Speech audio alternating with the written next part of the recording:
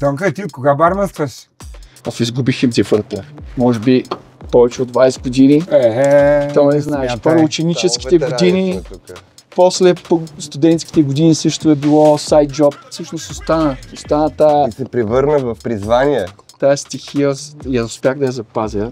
Така. А с Томас Хенри от кога бачкаш? Томас Хенри от 20-та година, малко след COVID. При това бях едни 12 години в Лондон, като там се занимавах главно с това, което и в момента всъщност, което обичам. И имах тая уникална възможност да ставам бранд амбасадър Томас Хенри и така вече 5 години почти с тях. Страхотен бранд, страхотни хора. ДНК-то ми се впадна много добре и така. Какво те привлече в този бранд толкова много? Може би философията. Другото, което е, че наистина е born in bars. Нали? Това е едно от мотото на Томас Хенри. Той е бранд роден буквално в баровете на Берлин, от бармани за бармани. Хората, които стоят зад самия бранд, също са много готини, много наши хора. Много важно. Много важно. И да, аз мисля, че това е най-важното или така едно от най-важните съставки в нашия бранш.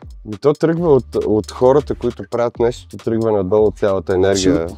Както и тук, както и в дом, както и в Ремонт, здраве! Благодаря ти. Мерси, Тонка. Няма да се това.